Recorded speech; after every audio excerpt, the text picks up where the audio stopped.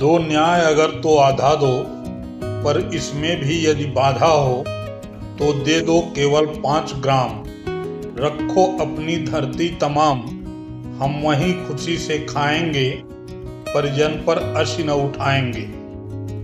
दुर्योधन वह भी दे न सका, आशीष समाज की ले न सका। उल्टे हरि को बांधने चला, जो था असाध्य साधने चला। जब नाश मनुष्य पर छाता है, पहले विवेक मर जाता है। नमस्कार। बिहार में कुछ ऐसा ही चल रहा है। अफसाना पुराना है, तराना नया है। इन्हें कौन नहीं जानता है। ये आते हैं छोटे भाई बनकर, पर बन जाते हैं बड़े भाई।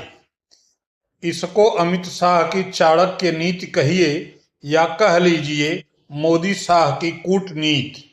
जिस भी राज्य में क्षेत्रीय दलों का दबदबा रहा, चाहे वह शिवसेना हो, अकाली दल हो, AIDMK हो, या इस लिस्ट में जुड़ने वाला जनता दल यू हो, ये हाथ जोड़े गठबंधन की गांठ बांधते हैं।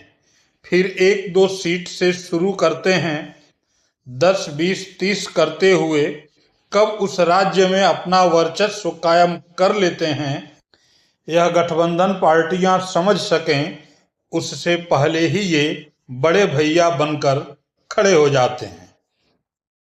फिर क्या अपने अस्तित्व को बचाने के लिए क्षेत्रीय दल चुपचाप सब कुछ मान लेते हैं। क्योंकि क्षेत्रीय पार्टियों के दिग्गज लीडर महत्वाकांक्षा और सत्ता की मलाई के लिए पूरी पार्टी जो खुद उन्होंने ही बनाई, उसको दांव पर लगा देते हैं। उसी कड़ी में नया नाम जुड़ा है नीतीश कुमार का। एक समय था जब नीतीश की तूती बोलती थी समूचे बिहार में। सीट कितनी और किसको दी जाएगी, नीतीश बताते थे, नीतीश तय करते थे। बीजेपी नीतीश कुमार को बड़ा भाई कहकर बुलाती थी। अब वही नीतीश सौतेले भाई बन गए हैं।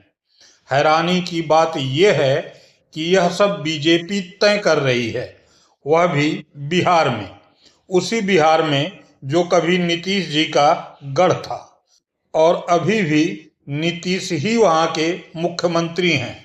जिनके नाम पर कभी कटआउट लगते थे, बिहार में नीतीश से कुमार बा। सवाल यह है कि ये सब क्या है, क्यों है और कैसे है, इसके पीछे कौन छुपा है, सब कुछ पूरे विस्तार से बताएंगे, समझाएंगे। पिछले चुनाव में 115 सीटों पर चुनाव लड़ने वाले मोदी के बड़े भाई नीतीश को इस बार मोदी के चाणक्य अमित शाह ने महज 101 सीट दी है। अर्थात लड़ने से पहले ही नीतीश कुमार 14 सीट हार गए हैं। साथ ही बड़े भाई से अब बीजेपी का सौतेला भाई बन गए हैं। मोदी के चाणक्य शाह ने जीतन राम मांझी को 6 सीट दिया है। मांझी पिछली बार 7 सीट पर लड़े थे, इस बार मांझी को 6 सीट मिली है। अर्थात मांझी भी इस चुनाव में लड़ने से पहले ही 1 सीट गंवा चुके हैं। अब सवाल उठता है कि नीतीश और मांझी की सीटों में कटौती क्यों? क्या बीजेपी की सीट बढ़ी है? तो जवाब है हाँ और ना भी। क्योंकि पिछली बार बीजेपी 110 सीटों पर लड़ी थी और इस बार नीतीश के बराबर 101 सीटों पर चुनाव लड़ेगी। इस तरह से देखें तो बीजेपी की भी 9 सीट कम हुई है। लेकिन मोदी के चाणक्य अमित शाह की रणनीति समझिए। अमित शाह ने एक तरफ बड़े भाई का तमगा ओढ़े नीतीश कुमार को अपने बराबर 101 पर लाकर बड़े भाई का तमगा छीन लिया है, तो दूसरी तरफ मोदी के हनुमान और नीतीश के प्रबल विरोधी चिराग पासवान को आश्चर्यजनक 29 सीट देकर चुनाव बाद के प्लान को अंतिम रूप दे दिया है। इस प्लान में मांझी और 6 सीटों पर चुनाव लड़ने वाले उपेंद्र कुशवाहा भी शामिल हैं। दरअसल बीजेपी ने चुनाव के पहले जहां नीतीश को बड़े भाई की पदवी से उतारकर अपने बराबर खड़ा किया, वहीं चुनाव बाद नीतीश कुमार मुख्यमंत्री पद का दावा तक नहीं कर सकें, इसका भी इंतजाम कर दिया। आपका सवाल होगा कैसे? तो इसे इस तरह समझिए। बिहार एनडीए गठबंधन में शामिल चिराग पासवान हो, जीतन राम मांझी हों या फिर उपेंद्र कुशवाहा हों, ये सभी बीजेपी के लाए हुए हैं और बीजेपी ने ही इन सभी की भूमिका तय की है। ऐसे में बीजेपी की खुद की सीट भले 101 है, लेकिन इसमें चिराग की 29, मांझी और उपेंद्र कुशवाहा की 6 सीटों को जोड़ दिया जाए तो बीजेपी 142 सीटों के साथ खेल रही है। सारे दलों से बीजेपी ने निगोशिएट किया और जदयू को 101 पर। इसको 101 मत कहिए, 141 101 कहिए। 142 बीजेपी प्लस, जिसमें चिराग साहब हैं, जिसमें कुशवाहा जी हैं, जिसमें मांझी जी हैं, और दूसरी तरफ 101 जिसमें नीतीश जी हैं, जो कई वर्षों से बीजेपी को कहते थे कि हम बड़े भाई हैं और बड़े भाई की पूरी भूमिका नेस्तनाबूद कर दी गई बड़े सलीके से उन्हीं के लोगों के द्वारा। तो मैं इस नंबर को ऐसे देखता हूं। चर्चा तो यह भी है कि बीजेपी अपने लोगों को चिराग और उपेंद्र कुशवाहा के टिकट पर भी उतारेगी। ऐसे में यह तय है कि अगर चुनाव बाद एनडीए के पाले में परिणाम आता है तो नीतीश से अधिक बीजेपी का पलड़ा भारी होगा। बीजेपी को बड़ी पार्टी के नाम पर आमंत्रित किया जाएगा और चिराग साथ होंगे। बीजेपी दिखावे के लिए भी नीतीश के नाम का प्रस्ताव करेगी तो चिराग के विरोध का हवाला दे महाराष्ट्र की तरह अपना सीएम बनाएगी। ऐसे में स्पष्ट है चुनाव के बाद नीतीश नहीं निपटाए जाएंगे, नीतीश अभी निपटा दिए गए हैं।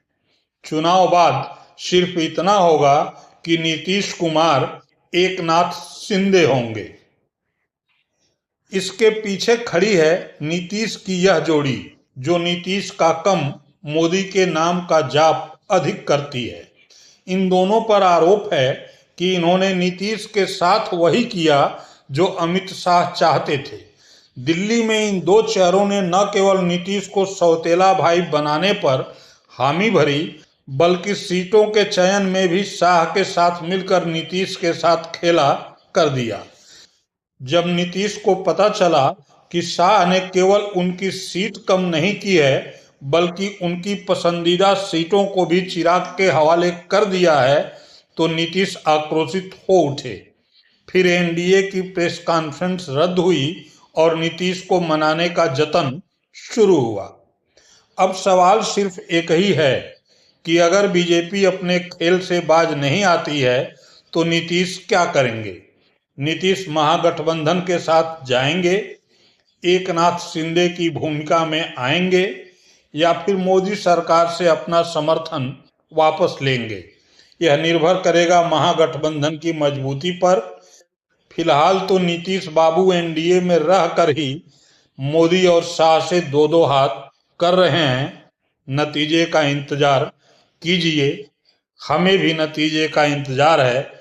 जैसा ही नतीजा आता है हम एक बार फिर आपके सामने होंगे। अगर वीडियो अच्छी लगी हो तो लाइक करें, शेयर करें और चैनल को सब्सक्राइब करना न भूलें। बहुत बहुत धन्यवाद।